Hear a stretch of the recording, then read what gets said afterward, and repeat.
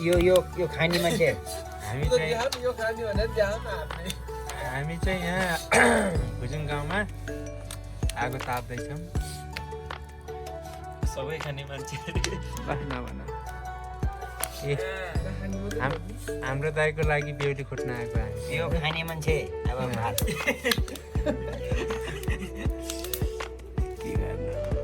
के भन्छन् बुढाहरूले सबभन्दा जेन्टलम्यान केही नखाने कोही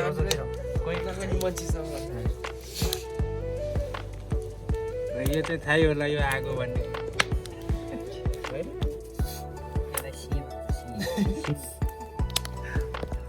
यसलाई सिङ भन्छ यसलाई मी भन्छ ऊँट यसलाई जुट्टा भन्छ है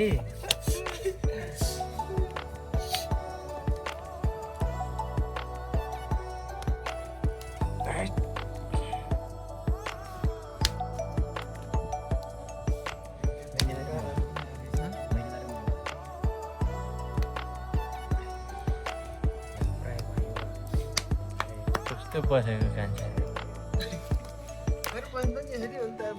दिशा गर्न बसे जस्तो बसे